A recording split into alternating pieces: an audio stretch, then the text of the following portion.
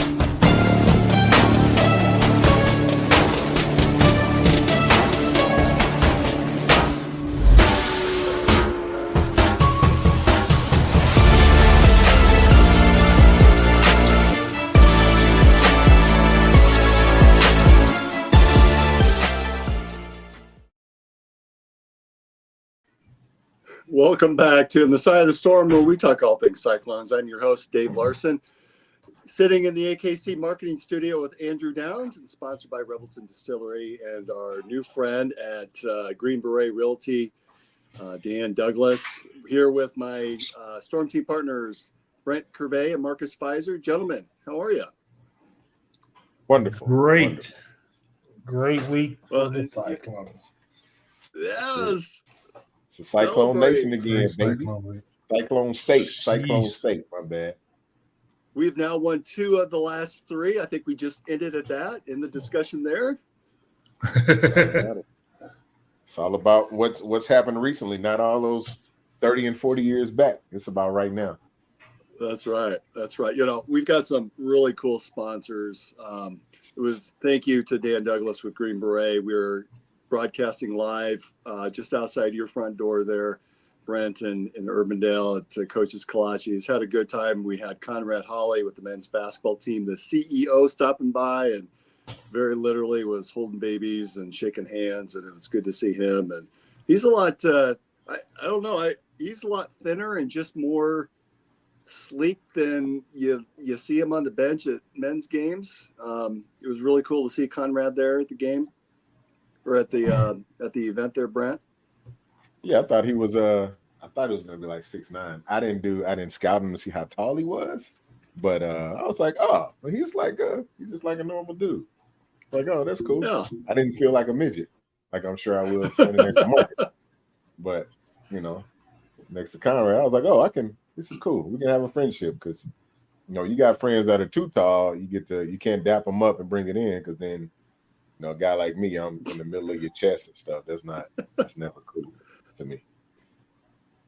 We'll have to keep that in mind the next time you see Marcus. Marcus, you'll have to take your shoes off. So you're under 6'8". Who under 6'8"? Well, you are without your shoes, right? I thought you were 6'8" with my shoes. No, I'm 6'8" and 3, right at 6'9" with my shoes on. I'm 6'8" without my shoes. Oh, 6'8" without your shoes. Okay. That's how they measure you. It's the weirdest thing. Like, that's why Barkley said, I play in my shoes. Why would you measure me without my shoes on? Right. So that's why I don't never say, people said their height with their shoes on. I've never said I was 6'9". I've been posted that in a few places because that's what they measure you with your shoes on. But I've always said I was 6'8" because that's what they measure me without my shoes. Got it. You may have missed out on a portion of that, Marcus, because you had called in, but we had some discussions about this year's team and how practices have been going. And he said Otts has really wanting to take them to the next level. And we made some comparisons to your team under Coach Eustace, your junior year when you went to the Elite Eight, and he had made reference to that, and he said, "Oh yeah, Marcus Pfizer, that guy's a legend." So, congratulations there. You got the respect out of this year's team. Who said that? Conrad Hawley did. Oh, okay, Conrad. Yeah, I mean, we're looking forward to see. I'm excited to see what this team do. I don't want to put too much on them. I think the biggest thing for us, early on, I don't think we knew how good we were. We were, we had a subpar year before the sophomore year. Then, of course, Cantrell and Jamal came in and some other pieces, and that really changed the dynamic. So early on, you really didn't know. We know how strong and tough we were as a dynamic of the team that we had. But I think it was, it was early on after we lost to Cincinnati. We knew that we had something, even though we weren't strong enough to beat them at that time. Would have loved to run into them again later on in the season. But I think that tournament is the one that really showed us that, we had something dynamic in Jamal Tinsley. Like, he came out of nowhere. And to push Mike Nurse to his natural position, to be able to shoot it, and the toughness of Cantrell, everything just all fell in line, and the rest was history. So, definitely excited to see what these guys do early on, how practices and things are, and that's going to tell the tale. I don't want to put too much on them early in the beginning, but shit, we ready for them to get rolling. Well, I think we're about a month away from basketball practices starting and our first games coming into play. So we'll shift over to football, and again that Saturday we kick things off with the live broadcast there from Coach's Kolaches, and keeping Brent busy in the back. And he was running around. He's hosting the show. He's cooking food. He's taking money. And again, thank you to Green Beret Realty, who was there and purchased the first 20 kolaches for everybody. So that was a lot of fun. And then it steamrolled right into the afternoon game at 2:30 kickoff in Iowa City, where the Hawks really looked pretty good. I think we were a little bit concerned with what the defense was going to look like and what that linebacking crew was going to look like, and Iowa's rushing game. And it really looked like we thought it was going to look in that first half. I think it was a lot of nerves, man. I was texting. Obviously, we were kind of talking in the chat too, and I was just like, these guys look nervous. Like normal runs that you'd see a Boo make, he wasn't really making a lot of the reads early. There was, it's one of those things. This is his first start in a major game like that. The atmosphere is crazy. The crowd is into it, and he's trying to put on for his team. And like, I get it. And you could tell a different team kind of came out that second half, and they just kind of put that first half behind them, and things changed. Yeah, for me, I always wanted to have a sense of feeling like me and my team, no matter who we were facing, we belong in the game. Those type games are those games where you can get yourself so psyched up for it mentally that you come crashing down so fast because all of the adrenaline and everything that got you pumped for the beginning of the game. Guys are making all kinds of noise in the locker room, coming down through the tunnel, walking to the field. Like, it's just, I learned early on there's just a huge sense of falseness, and it breaks your focusness. I'm already an introvert, so me being by myself and just sitting and focus is always what I've always done. And when you're able to sustain that type thing, you tend to slowly bring it back. We always figure we're always going to have that tough first half against Iowa. We all sit back with anxiety and everything watching the game, but I just always felt, that we're going to do something. We're going to make some plays. We're going to figure it out. My sophomore year, when we finally beat Kansas at home that year, Kansas was ranked high. And just that whole game after we got past the first couple of minutes, I didn't feel like we were out of the game, even though we were, that year undermatched. My junior year, we were just so much better than them. Go Cyclones. But that year, I just knew, that game, I just knew that we were in that game. And once you make runs and things like that, momentum momentum is really big in sports. And so once you can keep it close, anything can happen. And I was watching the clock. When they didn't make that 2-point conversion, I said, that's going to be it. That's going to be it. So I kept that in my back pocket. We kept on chipping away at it. And once the freshmen get out there to make that kick, I told the wife, I said, this ball game, and the rest is history. Were you guys surprised that Ferentz went for the 2-point conversion early in the third quarter? Or was that something that you would have done as well?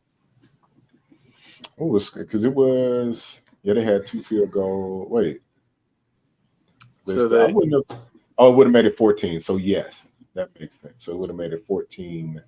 Oh, I mean, it's still a 2-possession game, but so you don't necessarily lose anything if you don't get it. You know what I mean? It's still you still got to score twice. It's still the game at the end. I felt like it was early on and it was too high on the emotions. Like, just be safe about it because we just never know what's going to happen at the end. Because had they gone for the one and got the one, then the score would have been tied at the end. If we're in the same position to kick the field goal. But I think it was a little bit on emotions, trying to, run the score up. I mean, they were making pretty good runs. And they felt like they were going to, keep the momentum. And, obviously that didn't continue on and, they paid for it in the end.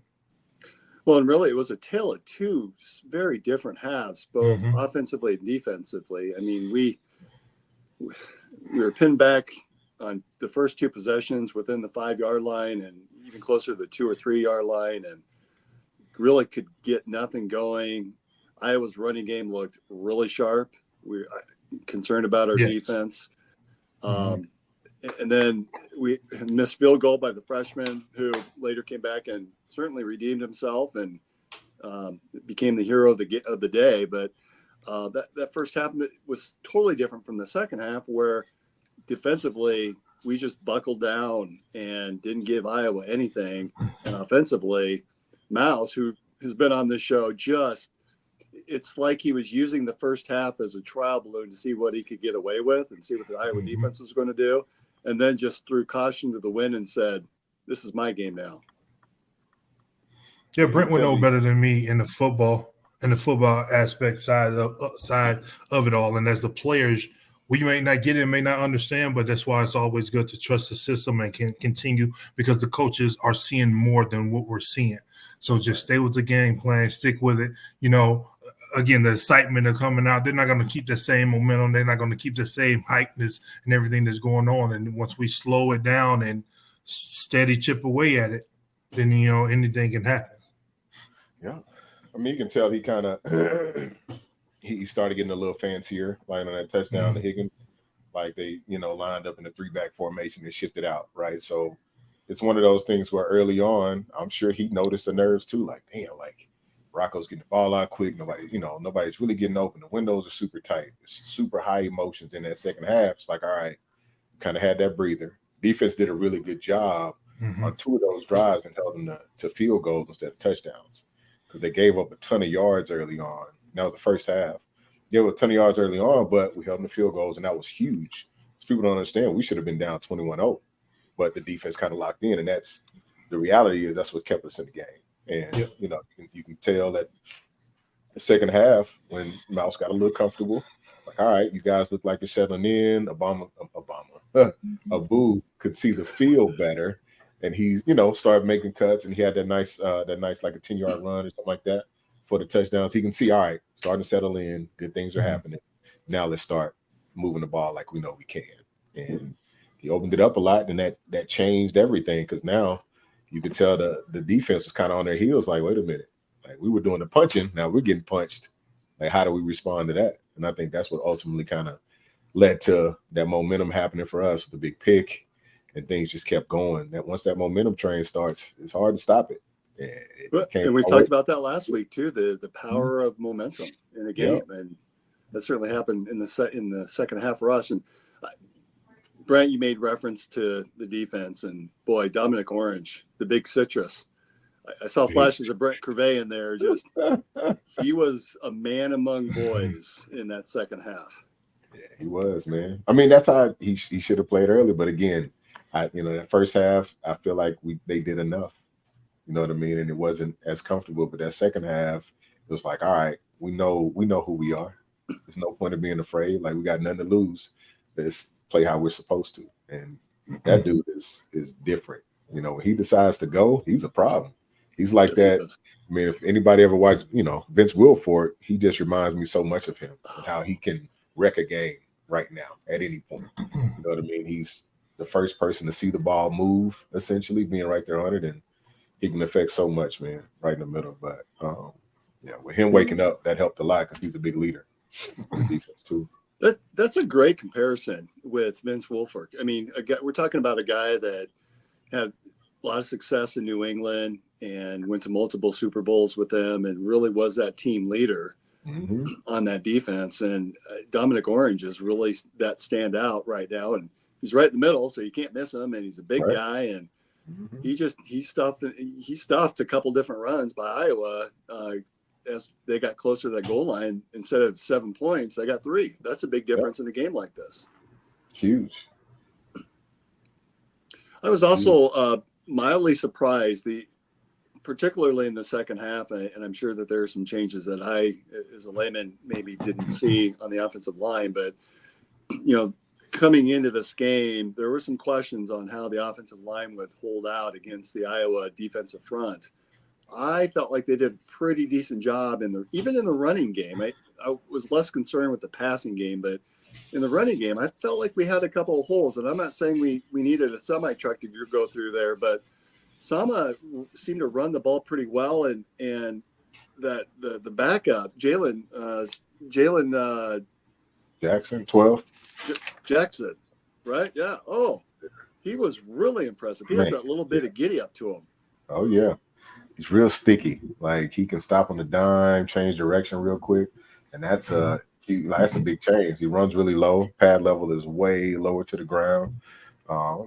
He's got speed too, but I like that combination of him and Sama kind of coming out the backfield because Sama can get you with speed too. He's like a one-cut north-south guy. This kid is like he'll cut 4 or 5 times and have a guy dead to rights in the hole, but he's open again because he happened on one of those runs right for the touchdown. Actually, he had he had like 2 quick cuts and picked up like 8 yards, and had 2 guys like dead. They were dead to rights. And you talk about the receiving core: Jaden Higgins, Jalen Knoll.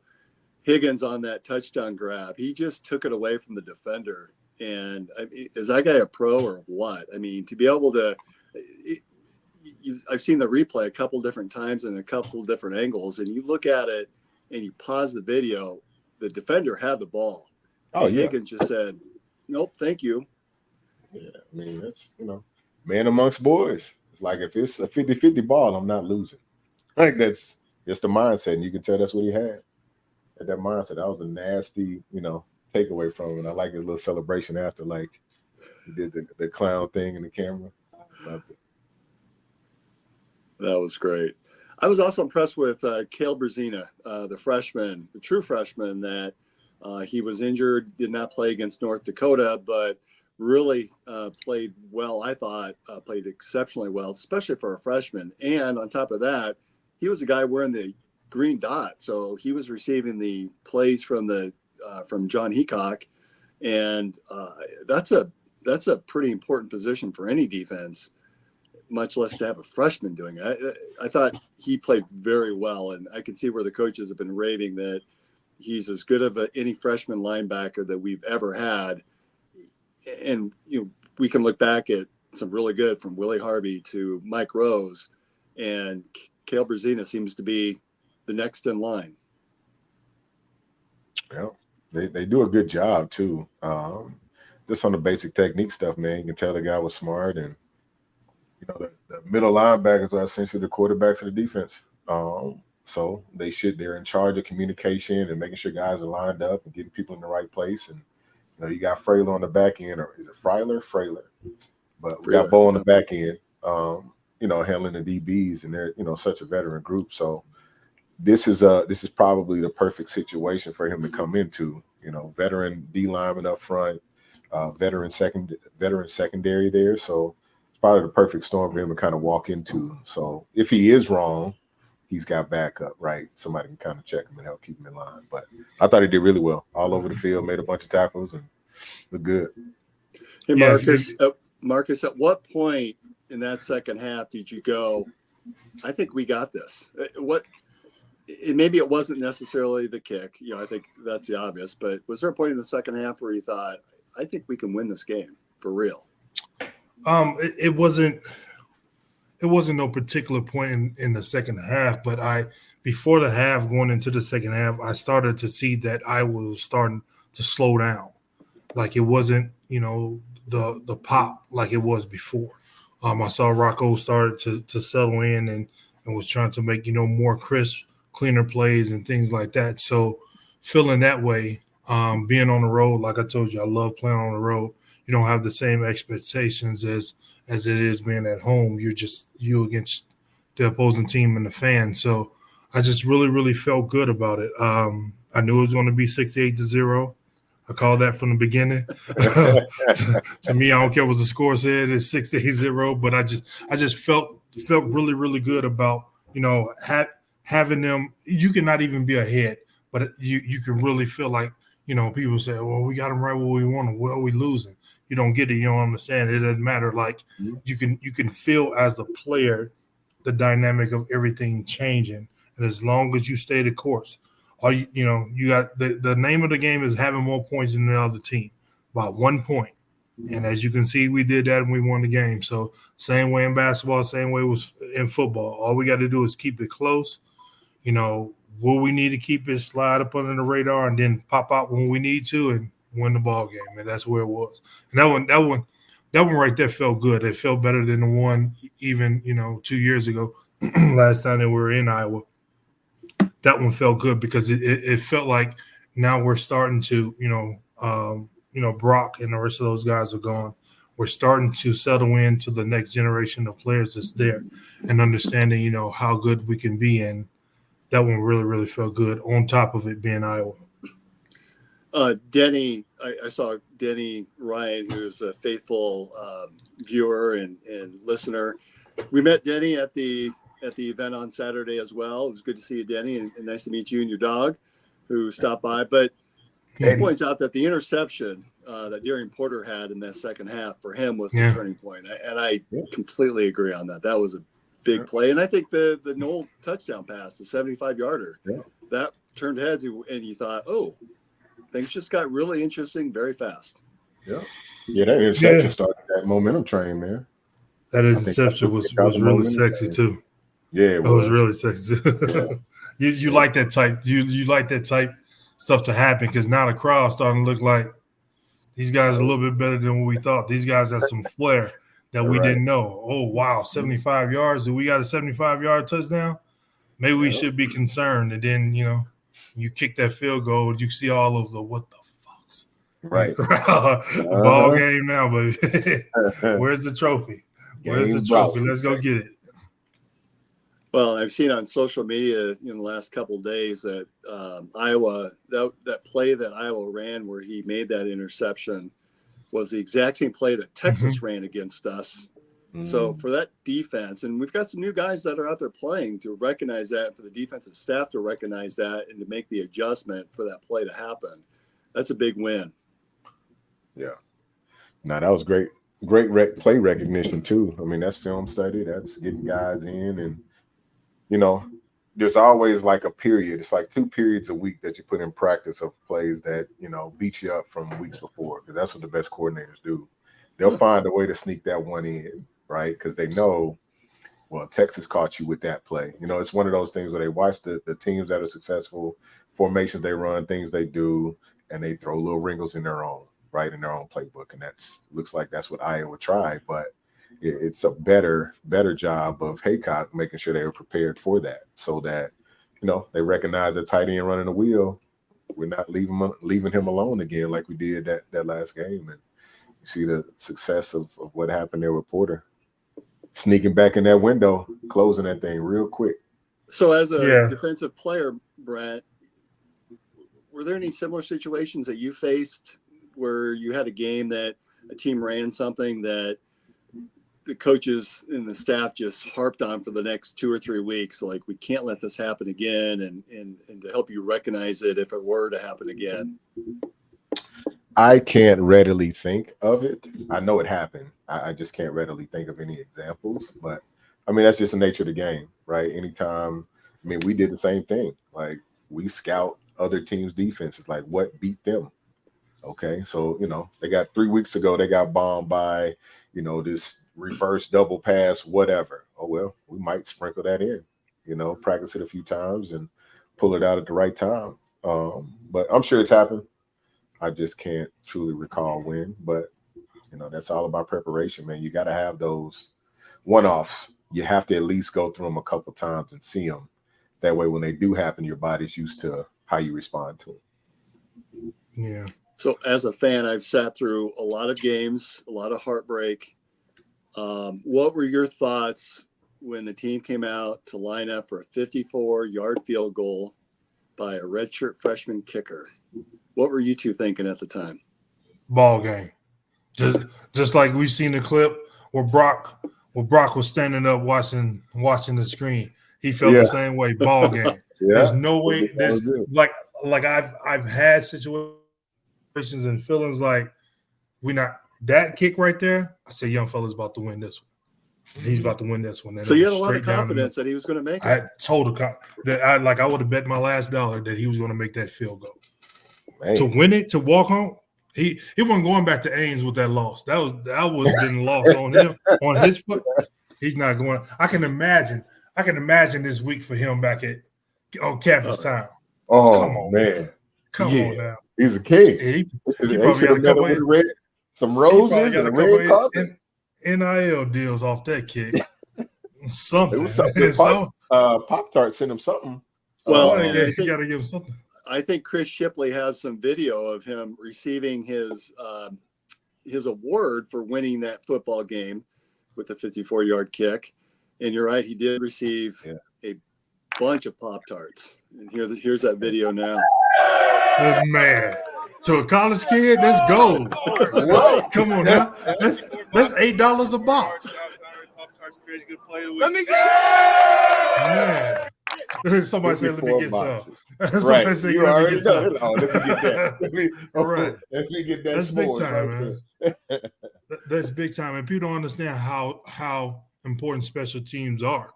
There's a lot. Who in the NFL won the game like last week, all field goals?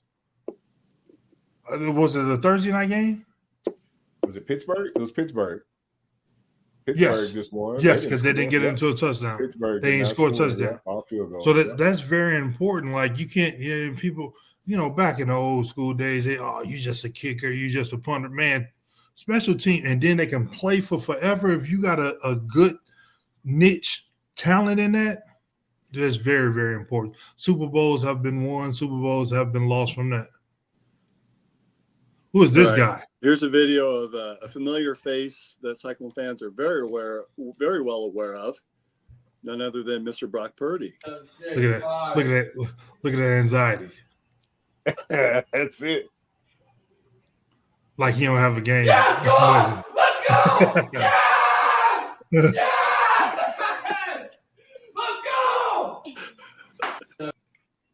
And I love hearing his little. If you watch it over and listen, you can hear his wife just chuckle as he's yelling and cheering. She's one who's recording, right? Right. Yeah. Like just catch us at the moment. We ain't focusing on nothing. Iowa State, the special teams, I completely agree. It's so important, but we've been kicked in the nutsack so many times with missed field goals. It was just a couple of years ago, 3 years ago, when the punt on the punt return, we ran into our own guy.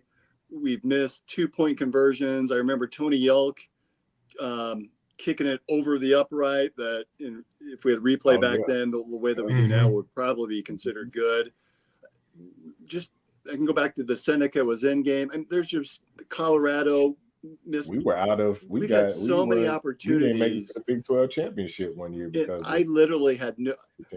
I was standing there just like Brock was, thinking, okay, I'm disappointed, but I've got a lot of pride in this team that they came back and they almost pulled it off. They put themselves in a position, and that was before the kick, obviously, because I was expecting it to be an Iowa State thing, that there was going to be a miss or block or something was going to happen. Brent, what were you thinking at that time? I mean, I was asleep, but when I woke up, I saw like 80 messages. I'm like, what did I miss? You go straight to ESPN, and it's like, oh, Iowa State cans the game with this 54-yard. I'm like, what? Yeah, it was crazy. I mean, and Jamie Pollard and Matt Campbell, it's not like Brent's sleeping on you on the game. He was up like late all night long cooking. I was up almost 2 days straight, man. Yeah. So, but yeah, I watched the first half, and then like it was watching me the second half. But man, I caught up to it. It is what it is. I was still there in spirit. You know what I'm saying? Man. So I'm still there in spirit. But seeing it, man, knowing I had that many messages, I got some friends that are Hawkeyes, and I just always love sending those messages to them, like good old Twister, and put the state next to it so they know who runs the state again. They're like, oh, there you go with that. Yeah, I am, because this is what y'all do to me. So I'm giving it to you right now. That's right. 2 or 3. That's all we got. Scoreboard. Right? Scoreboard. I know I played Juicy Wiggle. I can't tell you how many times, and Sweet Caroline how many times. My next door neighbor is an Iowa fan, so he was having a garage party at that time. Oh, yeah. So I know they were hurt. Did you go next door? What's that? Did you go next door or? No, and this is a question I have for both of you. Okay, this is the biggest game in the state every single year, right? Next to basketball, of course. Do you prefer to watch games like this with a group, or are you more of a, okay, I just can't be around anybody, I got to watch it by myself? That type game, I got to watch it by myself. If I'm with a group, it's enjoying a sports game that I'm not really a fan for one or the other, but that type game that I'm trying to be as much as by myself as possible. Yeah, I got to at least be with some Iowa State people. Like if I'm a watch that, I'm like, I'm not going to no half and half watch party. It's you got to all be in with Iowa State if I'm going. So otherwise, I'll be at the house and I'll watch it right on my couch so I can get pissed off if I want to, or I can be as happy as I want to be after. But I'd rather stay with my people. If they got the Cardinal to go, they're good with me. That we can't watch the same game if if y'all are rooting for them, and that doesn't work out, because I talk shit and I try to get under people's skin. And I don't listen to people that you can't talk to me a certain way about football if I know for a fact you didn't make it past high school. So there's not a lot that we can talk about. You know what I'm saying? Like we understand the game on 2 different levels, 2 totally different levels. They're everywhere. It's okay, but don't bring that to my door. And that's probably why I like to be alone, because especially in basketball, it's so ridiculous. And like Brent said, like they yells, well, why didn't he just cut up through the hole? And you like, do you know how fast these players are? Right. I don't care if he 360 and probably run a 5.2. Do you know how fast that is to be that massive? And then you're not running into that billboard that's coming through there. So some I got to worry about. I see that hole, but then it collapsed real fast and it's collision. So you got to think about that type of stuff. You're like, it's not that easy, bro. Yeah, 100%. So Cyclones win. A great game, 20-19. Kyle Conradi, the redshirt freshman, kicks a 54-yard field goal that probably would have been good from 60. What a kick! What a finish to the game. Ends up winning all those Pop-Tarts. What's the coolest award that you've ever received from a game? What? I mean, it's hard. I got a deflated game ball. It's all like that. Way too many generations ago. Nowhere. When I play pro ball overseas, they give you things like TVs, like 60 and 70 inch flat screen TVs and stuff like that. But it's from a sponsor that's sponsoring the team. they put in millions of dollars or whatever, so it ain't nothing but advertisement. But you don't bring that TV home, so it's just, with the time that you're out there, maybe computers and stuff like that, stuff to help you get by. But ain't nothing like these kids doing. So what do you got to do? Throw that on the back of the bus and then haul it back to wherever you're staying? It would be home games. Okay. It would be like a home team sponsor, something like that. Even if you're on the road, and you win the game, you're the player of the game, they still, they'll come to the practice facility or whatever, or to the next game and, present you with it. And Brent, you probably got some cool swag from bowl games, right? Were they not as generous then? It wasn't. No, it didn't. Oh, matter of fact, you want to know the swag that we got? It's right here. That's part of the cool swag from the bowl game. Right. That's your little mini helmet. You got the right. You got the right logo on it, though. We got some extra sweatpants and some tennis shoes, stuff, t-shirts. Stuff that I would get from Gator anyways. Right. Hey, Gator, let me get some more socks or something. They ain't doing nothing like these kids doing it now. Man, we didn't get any of that stuff. Well, you got that cool little trinkets. We got little not coming home with an Escalade sitting in the driveway. This different generation. Oh man. I had an 84 Lumina. 4-door. Hey, Brent, do you have any of your Sinado sweatshirts or sweatpants or any of that left in the closet somewhere? Do you? Yep, I do. I got a couple of them. Yeah, just because those are coming back in fashion again. Matt Campbell's even wearing sweatshirts with Sinado on it. I've been getting excited about it. I'm waiting for them to drop drop some of that at the store. I usually creep back and try to sneak into the bookstore to see what kind of stuff they got. They call it vintage now. So whenever they do the vintage stuff, I'll try to cop me a sweater or two. Well, we're going to change your name from Big Play to Vintage, and Marcus, you'll simply just be Legend. So what do you guys think about that? All right, let's. Friends from back in Iowa at Iowa State, she got the Sinado license plate for a Jeep. She sent me a picture of it. I don't think she got it posted. Erica Thielen, she got the site. She said she was surprised that it was even available, and we both was like, "Yeah, we were very surprised that that's available." I was looking on the Facebook page, I don't see it, but yeah, she was like, "I was surprised that it was available." That Sinado license plate. See, Chris has brought it up. That's beautiful. Yeah, that's it. That's what I'm talking about. Where's the hoodie? Again, change the tertiary blue to black or gray and just make that the permanent logo. Yeah, they get rid of the blue. It's money. Like, I love it. It's money right now. Is that old? This is eBay. No, it's vintage, Marcus. It's vintage. It's not old. It's vintage. Yeah. Oh, that's dope. There we go. Yeah, it can be yours for $74.99, Marcus. To fit on who? What size is it? Varsity jacket large.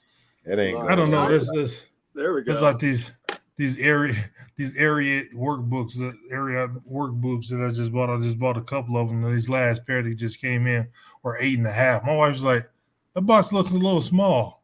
I said, yeah, and I'm quite pissed off because this can't be my shoe size. And I opened them up. They're missing a 1. They're missing a 1 in front of that. Exactly. I was like, what? And those are the ones I've been waiting on over the other ones. And now I got to send those back. The guy packing it probably looked at it and thought, 18's not right. No way. There's no way. He did that wrong. Right. Fat fingered it. Well, he's going to get it right back. Now you can send it back and get the Brock Purdy version, right? See, he's now a spokesperson for area. Is he? I didn't know that. Yeah. Commercial. Yeah. I hadn't seen that commercial. I need to look that up. See, now Chris doing some wishful thinking shopping. That's what he doing. No, this is on his wish list. All these is in his is in his cart probably. All right, let's take a turn here and hear a word from our sponsors.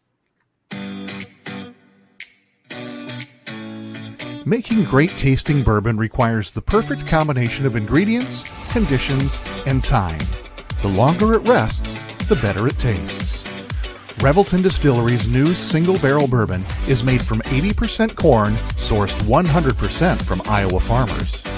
And unlike mass-produced bourbons, each barrel of Revelton's single barrel bourbon is unique, proofed on when it tastes best. As they like to say, it'll be ready when it's ready. And to ensure the highest standards of quality and flavor, owners Rob and Christy Taylor oversee the production and bottling. Every single barrel. Iowa-born, Iowa-aged, Iowa-bottled. Try the new single barrel bourbon from Iowa's own Revelton Distillery. ReveltonDistillery.com.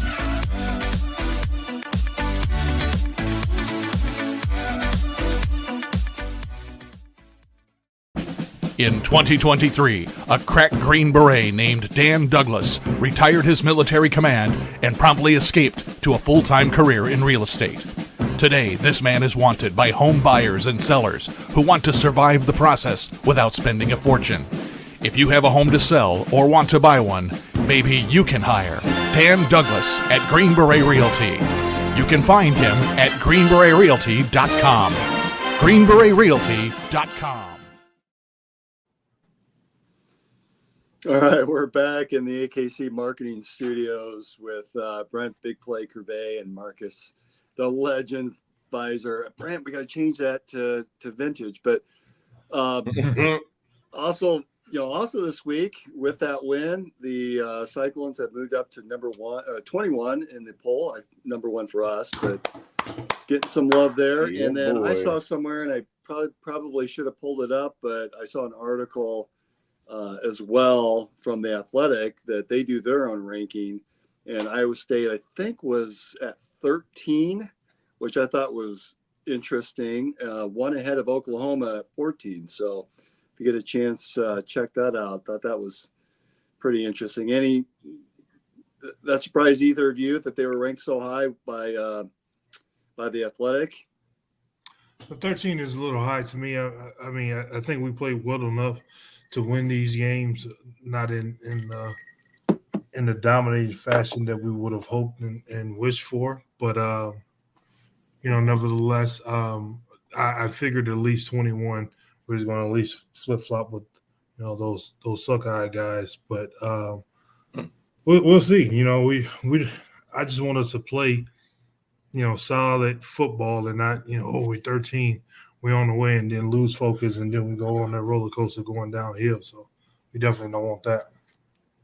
Yeah, I think that 21 is kind of, right now warranted. I mean, it keeps them chip on their shoulder, steady fighting to climb higher. I don't know if, 13 there's nothing wrong with that. Don't get me wrong. But I think where we are at 21 makes a lot of sense. And then we can continue to prove and show. I mean, I think for me, and I'm sure a lot of the guys feel that way too. If I'm at 21, we're like, no, we're better than that. So we just go out and prove it week in and week out, right? So then there is no doubt in anybody's minds, obviously not ours, but no doubt in anybody's minds how much higher we should be. So I remember my final year. All year long, I never knew where we were ranked at.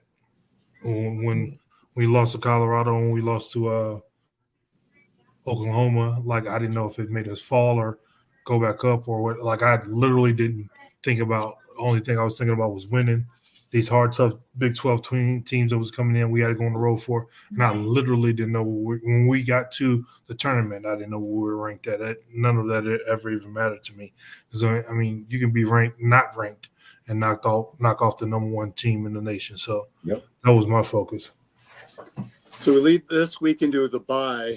I can't say, a lot of times the bye week, it can be a good thing. It could be a bad thing. It seems like whenever we've hit a bye in the past, I've always been concerned because we've played really well, and there's just something about disrupting your cadence and just your practice and all your routines, and then firing it back up for the next opponent. Any thoughts on where the bye week falls this go around, and is this good? Is this bad as we lead up into Arkansas State? Not this weekend, but next weekend. Well, I think the opponent we have coming off a bye is probably perfect. That's what I was about to ask. So I think the way the way it's set up is it's okay. I'm not a fan of bye weeks like this early in the season. So early, we're like you said, we're just not getting our footing, getting our timing down. Obviously, you've been in camp, but like game speed is different. It's always different. So, I feel like we're getting, we got our footing under us, but I think having that week off, good for those who need it. But then coming back with the opponent we have in Arkansas State, I think that's a good kind of prep game before the Big 12 starts. What makes it typically be this fast, like 2 weeks into, or I think a lot of it just in scheduling, right? Just with stadiums and who plays when and who's available to play when. Yeah, it feels early. I know in years past we played these 3 non-conference opponents, and then we might have a bye week, and then we jump into conference play, or maybe we'll have a couple conference games before a bye week. Or there's been years where we've not had any byes whatsoever. Mm-hmm. So Arkansas State in 2 weeks, or on the 21st, and then boom, we go to Houston, home against Baylor, to West Virginia, home against UCF, and then Texas Tech. So got some key games that are coming up on the schedule. Interestingly enough, really, we've got 10 games left, and I think 6 are home games, and I would argue that 7 are home games, because one of those away games is down in Kansas City against the Jayhawks, and I think there's going to be quite a contingency of fans that are going to head down to Arrowhead for that game. Yeah, I'll be there. When is that game? November 9th, I believe. Yep, November 9th. And that's an Arrowhead? Mm-hmm. Yep. Marcus, I think that there's some direct flights from Vegas to Kansas City you should seriously consider. It all depends. It all depends on how Halloween whoop my ass, because my daughter she's geared up for this one being Wednesday Addams and us being the Addams family. So, but I should be recovered by then. I'm gonna look and see what's going on. Just fly out. You can spend the night in the ambulance. That's it. Fly back the next day. The ambulance better be at least 10 feet long on the inside. Oh yeah, it is. Man, it's comfortable. I'm sure it shipped and made it a lot more comfortable, but it's got some room now. It's stretching there. Chris, you're muted, my friend. I'll make room. And we'll have lots of Revelton down there waiting for you as well. We'll just make it a weekend. Hey, before we go, did you all see the bet that Brock Purdy made with George Kittle with the 49ers? So as we know, Brock, big Iowa State guy. We saw the video earlier of his excitement when the field goal went through. And George Kittle is a well-known Iowa guy. Oh, I love it. Yeah. Oh, I love it. Mm-hmm. Oh, that's got to burn. Yeah. And that's Brock's old helmet, too. I was, yes, unfortunately. But that's when you usually lose, when you're confident. How quickly did Brock reach out to you? Oh, this is a small helmet. Pretty quickly. I texted the score instantly. I said, thank you, Brock. You ruined my whole weekend. If Iowa had won, what would Brock have had to do today? The exact same thing as me right now. Is that his old helmet? Yeah. It smells like it. But I had my Iowa helmet out here too. I tried to put a dark visor on this, but Brock didn't want me to do that. But I get it. It makes sense. It looks good on you, son. He would have to keep that in his locker all week. We should have made a deal with the guys over at Hawk's Eye View to require them to wear Iowa State attire during their next show. We were not thinking this through all the way. At all. That's all right. But Brock did it for all of us, so we're good.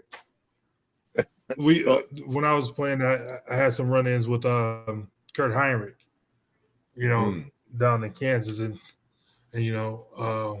so it was a great time, after I left to continue to be in Kansas.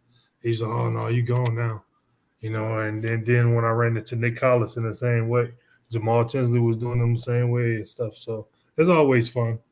it's definitely fun to have those moments. What'd you think of the broadcast on CBS? That broadcast, we had a great slot, TV slot, 2:30, really the biggest game on television at that time frame on CBS. Boy, what a production! It really felt big time to have Iowa and Iowa State playing one another in that time slot. Yeah, you can't get. Well, they talked about us quite a bit. Yeah. Yeah, they talked about us quite a bit. On the doing the shows, halftime shows, and other things with different teams that were playing around the nation. So, I mean, for me out here in the West Coast, it's never really any kind of bad games. Even the late games out there, it's still 5:30, 6 o'clock here. So, I always get pretty much good games. I wake up at 5 o'clock in the morning. So even if I come on super early, I'm already up. So it doesn't matter. So I get to just sit around and watch games for the most of the day, take a couple of naps, get disturbed by the kids a few times, but just continue on. So can we assume, since Iowa State is not playing on Saturday, that's pretty much your schedule this weekend? Naps and sitting on the couch? I'm going to be watching other games for sure. I'm a fan of the game, not just of Iowa State. I got to watch the other games and see who we could be up against. Colorado probably going to be playing somewhere, and everybody's going to be up talking about that game. So, cool. I'm definitely going to be watching. Don't have to be locked in as much as I would if the Cyclones was playing. I got to will them some of my mental willpower when they're playing. But other than that, I can get up a few times, make the kids something to eat, maybe go somewhere, maybe go to the gym, maybe be on at the gym, not really, really pay attention to it. Yeah, that's it. You should take your daughter to McDonald's for ice cream. Oh, that's not a Saturday thing. That's an everyday thing. She don't like when I'm not exaggerating. Like my points on the McDonald app is well over 60,000. Because I order before I get there. A lot of time I'm ordering, texting while I'm not texting while I'm driving, not supposed to be. But there's quick orders, whatever, I can just hit it and not go to the coupon or whatever to try to get something free. Like we don't hardly ever get any free food. Like it's just built up like crazy. But that's like she literally, like I catch her off the bus. She rides the bus, and before she steps off the bus, she's yelling, "I'm hungry, McDonald's." I'm like, the routine. The car be cool down, running, ready to go. So. You look so thrilled with your picture with her today getting McDonald's ice cream because she's so funny. She's so bossy in the drive-thru. We don't let her get ice cream every day, or every other day because the ice cream, stomach issues and stuff like that she could have. So a lot of times we don't let her get ice cream. So she's. I tell her, you're just getting French fries, and she likes the Sprite.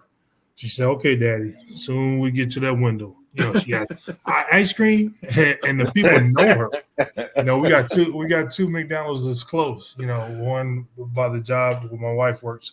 We go down there. They know her, and the other one, the other one they know her. And my wife even said, "Look how she's looking on the picture. Like it's been a couple of days since she had ice cream." Like, ice cream, how I missed you. Right. She's just, and then so I tell them, it's zoom in for a on little her girl. If you can. Oh, I say it's a little, I say it's for a kid, try to make it smaller. When they give it to her big, she's ready for it. Yeah, she is ready going for to work. Oh, yes. I had a hard day at school today. She knows what to do. Yes. So she's, normally she would sit in the seat wherever we put her, typically behind the other side, behind me, adjacent to me to reach over and like if she needs something. But when she see we turn up at McDonald's, she gets out of the seat belt while I'm rolling and get over in the seat behind me. And I don't know what time it is. I don't have to pay because I order on the app. She gets the receipt. She say thank you to the people. We go up to the next. Like my window goes past the drive-through window to her window. And she's standing up waiting for the order. She gets all of it out. She passes it out, and she's ready to go. So, for her to get ice cream on a Saturday, that's not a big thing to her. Brent, what are your plans for this open date? Man, watching some football, man. I don't have a hectic Saturday this Saturday, so I'm not smoking any meat. So I'll be chilling this weekend, watching some football finally, and it's just being a dad, man. To watch both my boys, the youngest played in Cedar Falls Friday. So, we got a 2-hour drive from here to Cedar Falls and then back right after. That'll be fun at night, trying to make sure I'm awake. Probably have a bunch of gummy worms and gummy bears or something in the deal. But yeah, some tailgate packs coming, baby. What those letters stand for? So the B is for bacon, S is for sausage, E is for egg and cheese. So that's dope. Make it easy, man. When we first easy to started, identify. That's it. When we first started, they all looked the same, the round ones, that I couldn't tell people what they were. So we started branding them. Now everybody's like, oh, well, at least I know what it is. Yeah, so do you have a little, how do you brand those? I got a branding iron and a torch. Oh, okay. I got a branding iron and a torch in the back. So when they come out the oven, we heat up the iron, man, and just tap away, bring them all up right when they come out the oven. So yeah, for those that are watching or listening later, if you can get up to Coach's Kolaches, boy, Brent does a really nice job, and it's a nice environment, and boy, he's an Iowa State guy all the way. So starting to become a KU guy, but we won't know that. No. I'll be supporting my son when he's there. Until then, you won't ever catch me with that other stuff on. Well, and Marcus, I'm frankly amazed that you have McDonald's that's the ice cream machine still works. So right, they always broke. That's what I said. Like I told the person on Facebook, like we live in Green Valley. It's not like Las Vegas. Las Vegas is Green Valley and Henderson is the old Vegas. Like Summerlin is the new Vegas. We used to live in Summerlin. Now we live in Green Valley, and this is what they call old money. So McDonald's are a little bit nicer than normal. So they, if it's down for one day, the next day they're gonna have it back up. So she always knows which one to go to. Now if we're in the city somewhere, it's definitely rolling the dice. But yeah, we pretty much get ice cream anytime we want out here. All right, just one quick item as we close out. I'm going to ask Chris Shipley to jump on, and Chris has something special that he's going to on Sunday evening. Chris, you want to share what that it's about, and deals directly about Three Beards Media. Yeah, so I don't know if everybody knows. Hopefully they do, but 3 of our podcasts were nominated for some podcast awards. Old Man Strength was nominated for Best Interview Podcast. False Starts was nominated for Best Wellness Relationship Podcast, and Three Blind Refs was nominated for Best Sports Podcast. So awards ceremony is Sunday night in Cedar Rapids, so I'll be representing Three Beards Media. Nice. And they're up for People's Choice Awards. People voted for those, and then these individual awards. So we'll see what happens. My wife and I are going to go Cedar Rapids Sunday night. I'm so dedicated. I'm missing the Bears game. How about that? I'm missing the Texans Bears game. So don't worry. I'll take and you must be sky high. That was a great weekend for you, Chris. The Cyclones win, and the Bears actually won a game with a rookie quarterback. I know, right? And Montgomery hit that touchdown to get the over. I hit a 7-leg parlay that night based off that. So it was a good weekend. It was a great weekend. I'm glad you didn't listen to me this weekend, man. Man, well, what do you know, Brent? I don't play the game. What do you know? How about that? Yeah. Did Montgomery look awesome in that fourth quarter in the overtime, though? Oh, it's like he took it over. Yes. Took it over in overtime. I was like, I'd love to see that. He looked nice. Monday night was nothing but Cyclones. Lazard with 2 touchdowns. Yeah. Brees with a touchdown, and Brock leading the victory, and McDonald got a couple sacks. I mean, it was a Cyclone weekend. Yeah, that's what I said. A great week. In those two night games, Sunday night and Monday night, those are the 2 biggest audiences of the week, outside of maybe the Thursday night kickoff game. And to have the Iowa State Cyclones on full display, boy, come to Iowa State, right? That's it. You want to get developed, come up here. All right, everyone. It has been great to have you, and we appreciate all of our viewers and listeners. And we'll see you again next time on the next episode of In the Side of the Storm.